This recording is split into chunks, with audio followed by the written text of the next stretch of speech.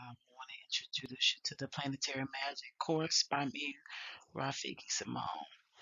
So that's what we're going to be getting into today, and it's going to be really fun. All right. All right. Let's go to the next slide here.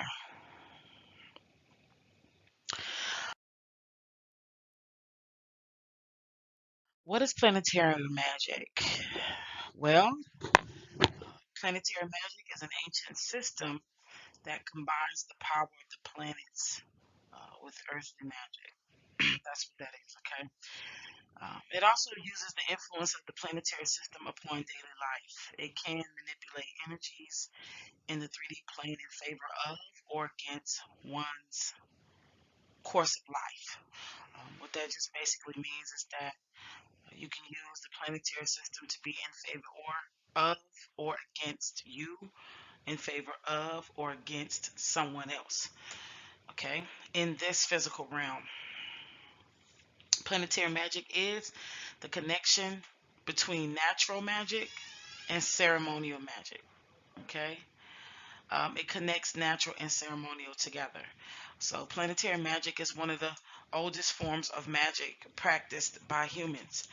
The reason why I say that is because um, before the knowledge of the herbs came in place, the celestial realm, the knowledge of the celestial realm was actually made manifest first. Okay, so that's something to kind of put there. There are 7 traditional planets, and we're going to learn about all 9. I do include Pluto in here, but the first 7 is going to be different, all right? So, these 7 planets are known as the higher octaves of the traditional 7. And these planets are traditional planets that ancient astrologers consider to be the most influential over our lives, which is the sun, which is known as Sol, divine mind of beauty, the moon, which is also known as Luna, which is the divine mind of foundation, Mars, which is the divine mind of strength, Venus, which is the divine mind of victory, Mercury, which is the divine mind of splendor, Saturn, which is the divine mind of understanding, and Jupiter, which is the divine mind of magnificence. Now, some people would think Venus would be the one to be the divine mind of beauty because we're always told that Venus deals with beauty and different things like that. Well, that's true, but you also have to understand, and I'm going from an ancient, more ancient textbook energy. When I say textbook energy, I'm talking about downloads and uploads from the celestial realm. We also have to understand too that the ancient ones knew that Venus was the hottest planet, even though it's not the closest one to the sun. Mars is, but Venus is the hottest planet. So at one point in time, Venus was thought to be a hot-tempered energy, right? A hot-tempered celestial being or planet or higher octave. So Venus was also like the goddess of war at one point in time. Over time, Venus became something about beauty because it was a feminine energy. Let's talk about planet one. We're going to start with the sun or the soul. All right, really beautiful. The sun's planetary symbol is that right there, that dot that you see. Okay, that circle with the dot in the middle. The Hebrew name of the sun is Shemesh. Remember, I told you I like to deal with stuff that is, or words that are not English, right? So, soul is Latin. Shemesh is Hebrew. The title of the sun, which is the divine mind, in the tree of life, which is Kabbalah, is the Tifereth. Okay, Tifereth is beauty, and if you're familiar with the tree of life in Kabbalah education, you will see that the Tifereth is exactly in the middle of that tree, right? It's the balance, it's the heartbeat of that entire tree. Okay.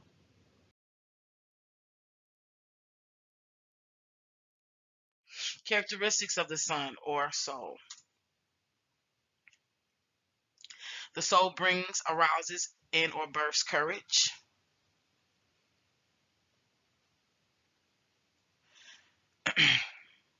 leadership and authority, creativity, abundance, life, health and balance in health, equilibrium, wise counsel, and believe it or not, prophecy. This is something that a lot of people do not understand. They really don't believe that it has anything to do with prophecy. But remember, prophecy also brings out truth, it uncovers, it wipes away darkness. So that's exactly what you want to do when you're tapping into the energy of the sun. Let's talk about some Egyptian gods here. Okay. Some you will know, some you probably won't.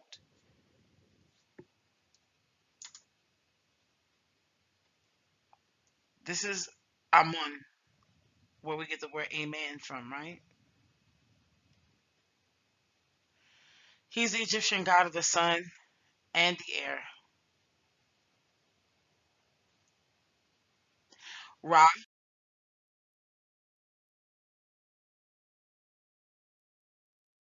who's also an Egyptian god of the sun, and he's often depicted as an eagle or a falcon because the true element of the sun as a planet is air. Now, it is extremely important that you understand that because the sun and the sky actually goes together, okay? Believe it or not, the sun and the sky actually goes together. So this is the reason why you see a lot of Egyptian gods or Egyptian goddesses that is associated with the sun, mostly male.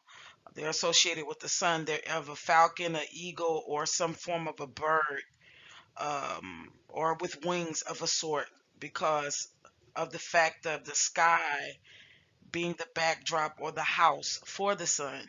Okay, so it's extremely important that you always incorporate energy of the sun also with air. Okay, I know that that sounds crazy, but that's just what it is. Let's talk about Sekhmet. She's the Egyptian goddess of war and the sun. Sekhmet, through the power of the sun, can bring healing, healing and peace by way of war. She can also bring the wisdom of medicine. Now, she can be like Oya the Orisha, meaning that she is not to be taken lightly to call upon her because she is a goddess of war, right? And as you get to tap into her, it should be done with respect and reverence, as she does have the ability to destroy. Oya is of thunder, lightning, and the winds, right?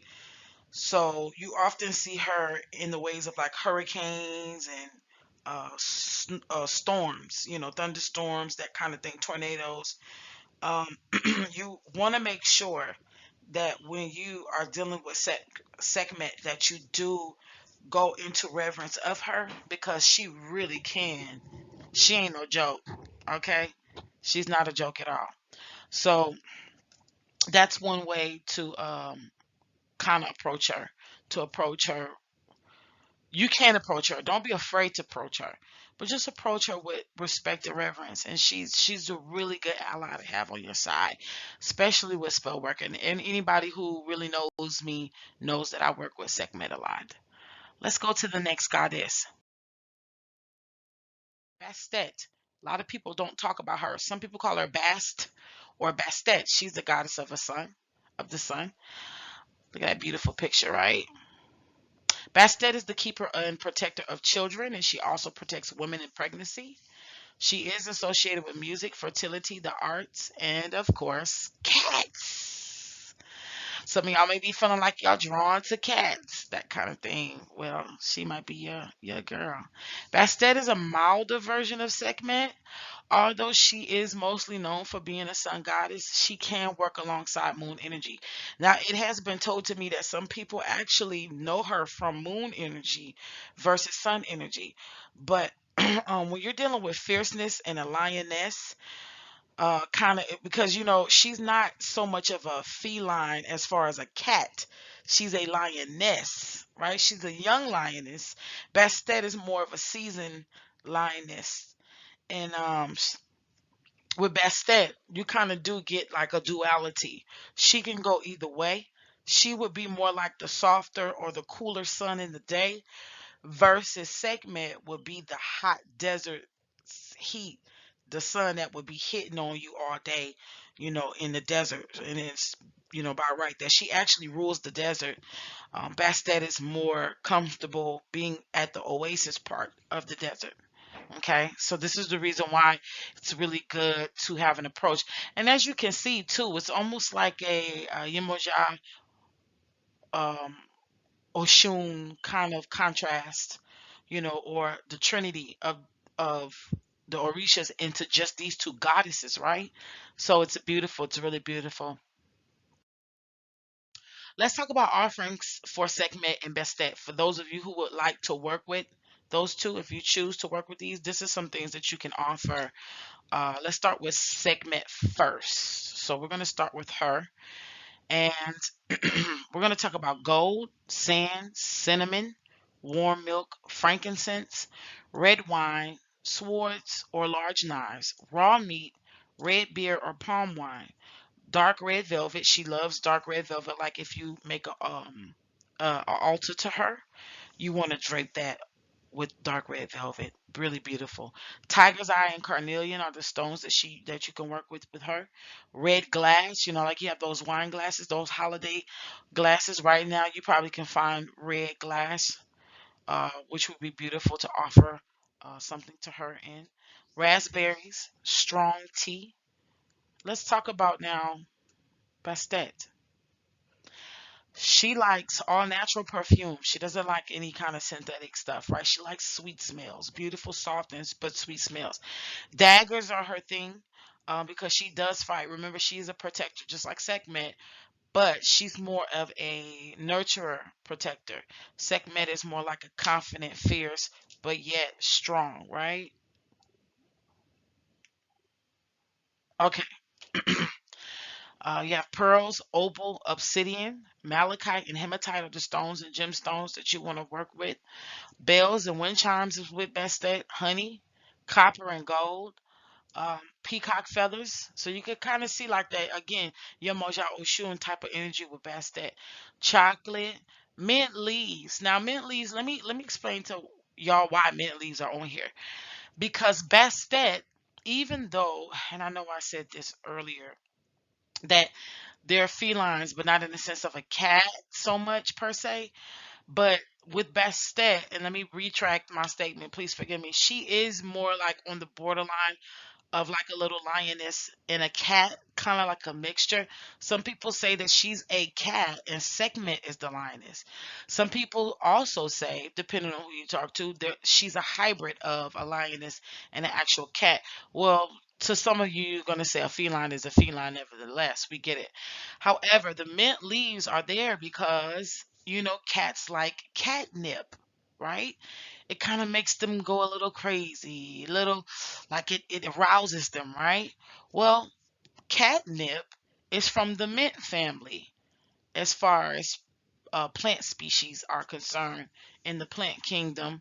It is of the mint family. So it is a cousin or a distant sibling to the mint. It's just more geared toward that specific animal when it comes to the arousement. So when you use mint leaves for Bastet, you are kind of like arousing her attention. You may have to arouse her attention depending on what you are coming to her for, so that she could probably work a little quicker. I don't like to really those two, Sekhmet and Bastet, I really don't feel the need to arouse them or make them work faster for me. What I do is, what I do, especially with Bastet, I would just kind of meditate to see if that's what she wants and I give it to her. But if not, I don't offer mint leaves often. Red wine, she loves red wine. She loves sheer fabric. You can give her sheer fabrics like reds, purples, like that deep purple, deep wine red. kind of color, almost like a burgundy wine, but it has to be like very sheer, very light and beautiful. She likes that. She also likes the sound of running water and water fountains, right? So if you can probably get like one of the battery operated desktop ones and put it on the altar if you feel called to Bastet, that would be beautiful. Now, segment, she likes it dry, she likes it hot. So that's why we have sand there. So you can see the comparing and the contrasting between the two.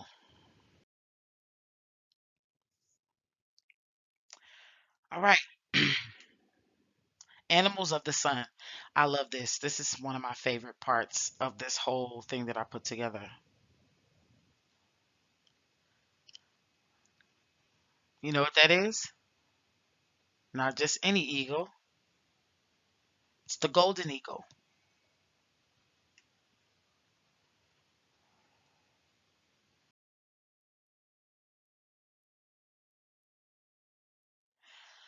This is the lion and the lioness. So these are animals of the sun. If you want to pay homage to the sun, you can feed them, or you can. Somebody said feed a lion and a lioness. Oh no, but this is, hey,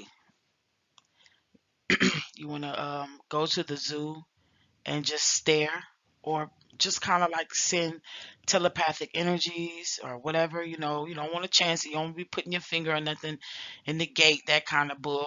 The golden eagle is it's very head on with like the god Ra, Amun, and you know most male Egyptian gods that are associated with the sun. This is on earth, so as above so below kind of energy right here.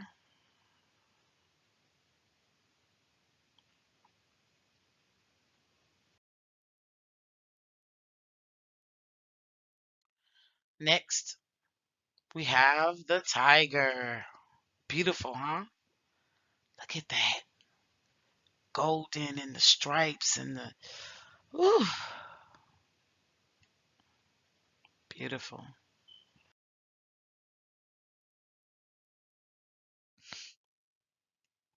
Next, we have bees. Some of you have an issue where bees are always around you flying. That may be actually a sign. You may be a solar energy. You may be the one to work with solar energy. I know a lot of people like to talk about Oshun. But what about the sun? Just the sun in the sky actually shining down. That could be a wink that the sun is giving you, right? Just what we call God winks. I don't know if you ever heard of God winks before, where they like the universe winks at you, right?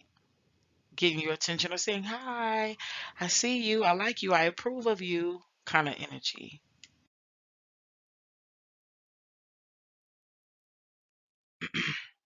Now, this is interesting right here. This is a bantam chicken. I know it looks like a rooster, and it looks like the Kellogg rooster, right? The Kellogg's cornflakes. Well, this is a bantam chicken. This specific type of chicken is very geared towards solar energy, right? Dealing with a bantam chicken. Now, you can always, again, tap into the energies of these animals just to appease or gather any of the characteristics of the sun, pay homage to. That also helps your relationship with the sun as well.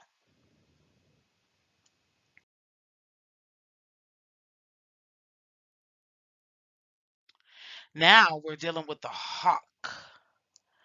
That's another one. So that would be like Ra, right?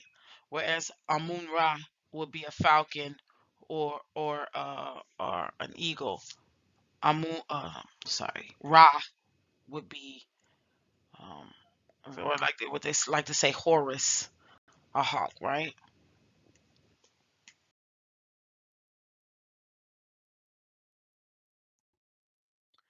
Now, this is where it gets interesting. Y'all see that huge fish? So now we're getting into the fish territory, right? Golden carp. This is a golden carp fish that this guy took. This is a stock picture that I found. I don't own this picture at all, but I wanted to show y'all how huge this specific fish was. And look at the beautiful colors on this fish and how it radiates the goldenness of the sun. Don't you see the fins and the scales are so beautiful, right? Even the head, as you can see, like this grayish gold going into a lighter gold, and just really beautiful. This specific fish does invoke and house sun energy, right? Let's talk about the solar plexus chakra. Okay, it's located between the breastbone and the navel. Okay, that's where it is, right where you see it.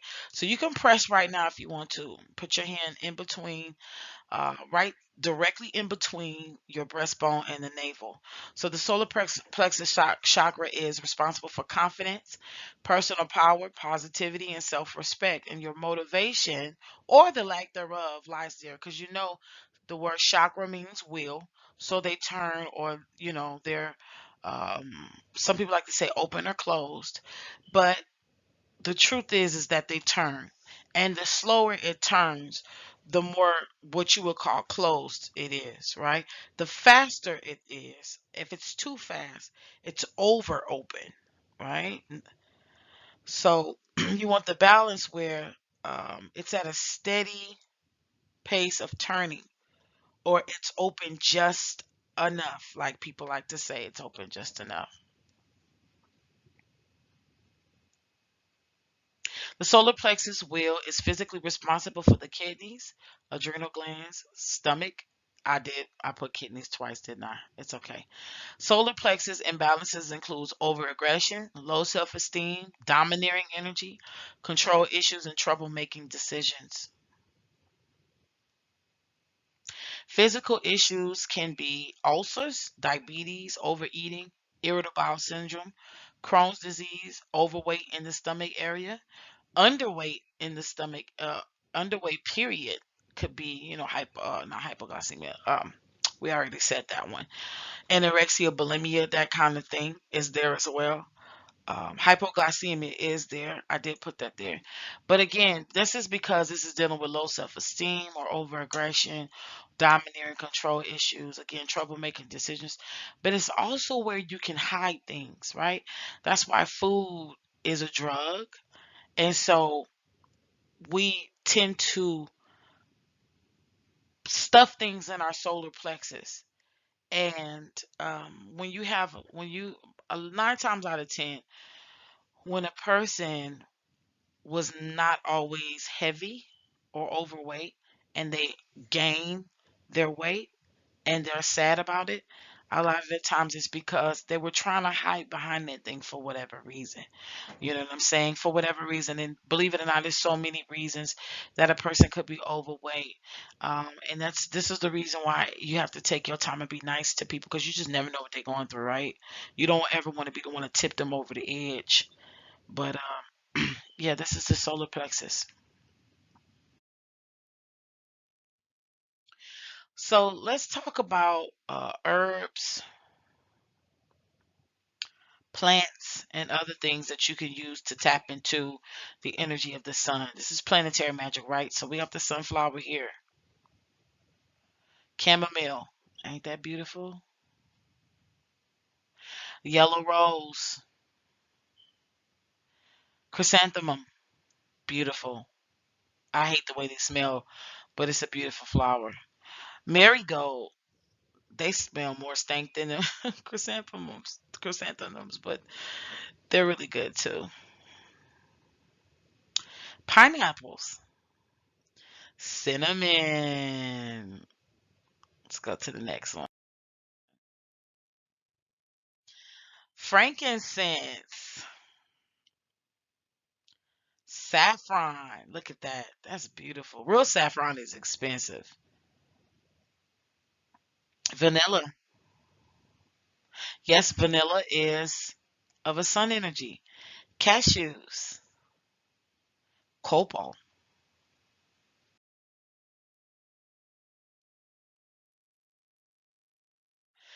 Let's talk about metals, minerals, and gemstones. Of course, you already know gold. Pyrite. I love pyrites. Somebody stole my pyrite like a year and a half ago from my apartment. It's fucked up, right? Tiger's eye. Ew, beautiful, ain't it? Topaz. This is crystal beryl, right? Some people say crystal beryl, crystal beryl. Some people just say beryl, but this crystal beryl or crystal beryl is implying that it's going to be more or like a yellowish color. Some of these are kind of more like a yellowish with a green undertone. Some of them you'll find with a yellowish and an orangish undertone, but most of them looks exactly like this. Citrine. Now, real citrine is going to be like this pale orangish color. It's not going to be a very deep orange. That is amethyst that's been put in the oven for it to change a color. That's fake citrine. You want to get real citrine. And you always want to look into the properties of these metals and minerals and gemstones and these sunflowers and stuff. I'm giving you, listen, this planetary magic slide that I'm putting together is setting you on the foundation to be able to mix and match this information to customize it for your own journey. I am not going to tell y'all word for word, lane for lane, what to do all the time. What I am going to do is give you concise information that is going to set you on the pathway that you are going that's going to be most conducive for your spiritual growth while on this three-dimensional plane. Okay, so I'm giving you different things to choose from, different things to gel with, and when we do have this conversation, we can be y'all can be able to ask questions and different things like that, and then you can go on and tell and make it for yourself from there. But I have to stress this. I am giving y'all different options because a lot of y'all just want me to come out and just say, you put this together, you put this together, you put this together, and bam, that's it. It's not like buying a cake out of a store. You've been misinformed if somebody made you feel like all I got to do is give you a recipe. What works for me works for me. I'm not giving y'all any of my stuff that I do to put together and put on my website so that I can be able to be a service to everybody else. You got to come up with your own stuff. And I'm going to help you come up with your own stuff, but this is the foundation of how we do that, right? All right, let's look into some more gemstones. Yellow jasper, that's really beautiful. And we have phosphorus. You can find phosphorus in sulfur. You could put I could have put sulfur up there as well. Planetary health of the sun. Physiologically, the sun governs the heart, the right eye in men, and supposedly the left eye in women. The blood and the circulatory system and the governing of fluids to all vital organs, right? So again, it is the actual heartbeat. It is. It is the definite heartbeat. It's important to get some sun, right? Because the sun has vitamin D, and we can actually live off of getting our vitamin D from the sun.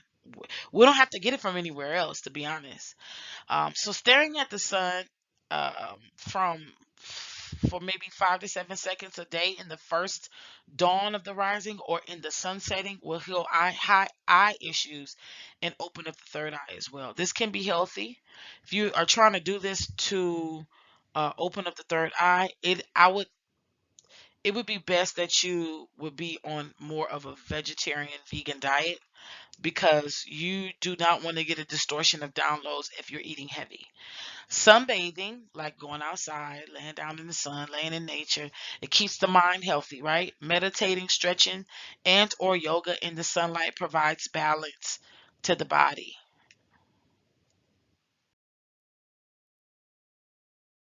Now let's talk about planetary hours of the day. Now I know some of you, this is where we're going to kind of like um how can I say this? This is where I gotta kind of pause. I'm gonna take a minute to explain this, okay? Now, as you can see, for every day of the week, right? And this is the reason why the higher octaves is the seven planets: the sun, the moon, Mars, Mercury, Jupiter, Venus, Saturn, right? Well, seven moons, seven chakras, that kind of, 7 days. I mean, I say seven moons, 7 days of the week, seven chakras, um, seven planetary systems that coincide with our daily living. These are those seven. These are called the higher octaves, as I've said earlier. However, now I have 1 a.m. up there just for y'all to understand. In the event that you don't have any technology, um, to the degree that you can look it up and have something tell you, like an app, you can start with just 1 a.m. from where you are. Now, this is not, don't hate me, but this is the truth. This is not particularly true, okay? This is only a guideline when you can't, you have a hard time disciplining yourself waking up. And the reason why I say this is because actually the 1 through 12 on here for the daytime is actually dealing from sunset to sunset. What does that mean? Okay. So for example, and I don't know why they call sunrise sunset, but again, I'm coming from an ancient type of energy because this is not modern at all. So let's say for example, in the first hour of the day will be exactly when the sun rises. So if you Google sunrise in Atlanta, Georgia, Monday, December 7th, 2020. And let's say it says 5:45 a.m. Well, guess what? That's going to be your first hour of that day.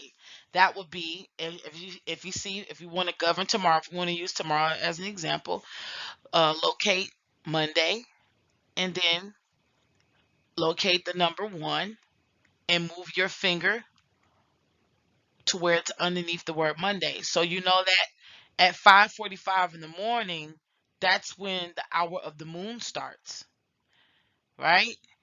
And then at 6:45 would be the hour of Saturn, okay? So on and so forth. Now, what I try to tell people to do is on a daily basis, especially if you're going to use planetary magic, you want to be able to use sunrise as your number 1 and sunset as the time for the night. For example,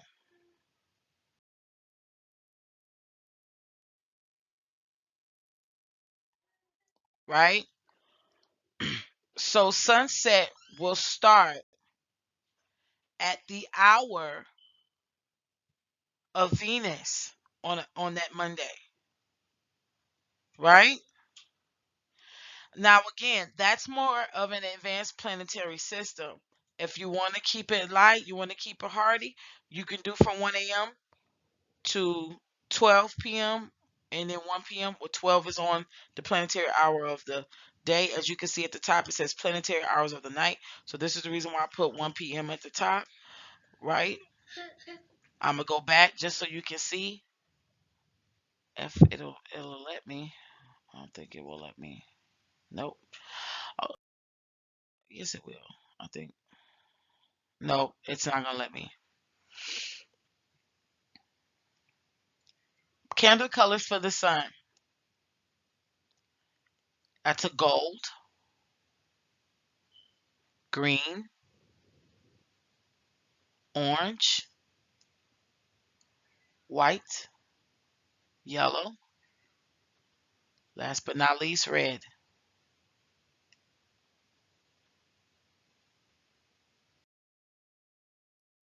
Let's talk about angels of the sun.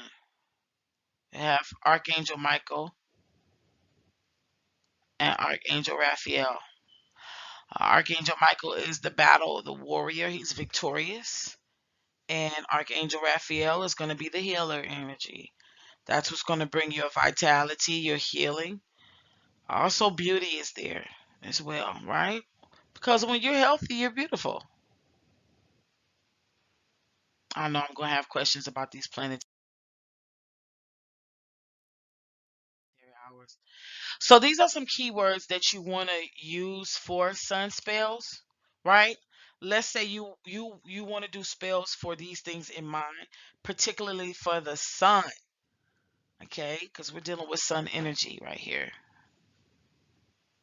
Courage, leadership and authority, creativity, abundance, truth, life, good life or improving life, beauty, health and balance in health, equilibrium, wise counsel, prophecy, revitalization, peace and relaxation, to dispel depression, you and dispel low vibrational energies. Now, as I was saying in the planetary hours, right? If you wanted to do something for, let's say Sunday, let's say for prophecy, you can do that on the day of the sun, which is Sunday, in the hour of the moon, or you can also do it in the hour of the sun. Preferably at the dawning of the day, what you call the morning, I call the rising. Preferably at the dawning of the rising, you can literally do spells to uncover truths or prophecy or bring some form of aha moment, revelatory knowledge. That's always good. And I want to keep it open because I want to go back and forth with questions with y'all. I want y'all to be able to ask me questions so that I can be able to answer them because I'm just touching on what I have here.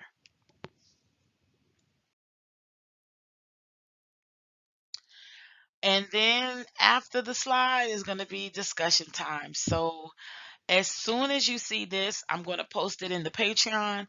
However, I want to be able to speak with y'all. So um, hopefully tomorrow we can get into it. I am going to be recording a chant and or meditation energy for y'all for the energy of the sun, for the solar energy, solar wisdom. You can call it solar deity, whatever. I like to call it solar wisdom, energy, vibration, because that's what it is. Um, I reverence nature, and that's pretty much what else needs to be reverenced. Okay, so hopefully I have helped y'all, and I'm going to be uploading this thing soon for y'all to have this chant. With each planetary system, I'm going to do an invocation chant that you can use for your own. You can tweak whatever you want, or you can take it and play it while you are doing your spell work for that day, for whatever it is. Okay, so let's start to discuss below. If you want to post any questions below, that's fine. But I'm also going to be going live for the Patreon Mystics only, and I will let y'all know. I'm trying to get a lot of the students in here, but at the same time, it's weird, it's crazy, but whatever. I know y'all gotta work and life goes on, right? C'est la vie, Belle. But anyway, hopefully that you enjoyed this. Drop your stuff, your comments, and your questions below. Let's get this discussion popping. Let's get the chat going and ask whatever questions. And also, your homework is going to be to come up with your own spell with the things that I've given y'all. You can hit me up individually if you don't want to share it with everybody else. You don't want whatever. I don't think anybody, well, I can't speak for anybody, but I know I ain't no thief. Hopefully, hopefully y'all ain't no thieves either. But yeah, and I can help tweak it or show you this, that, the other, whatever, and we can just talk about, I guess, again, the invocation of the sun. I also want to talk to y'all about the sigils behind what you can do and different things like that. All right. All right, babes.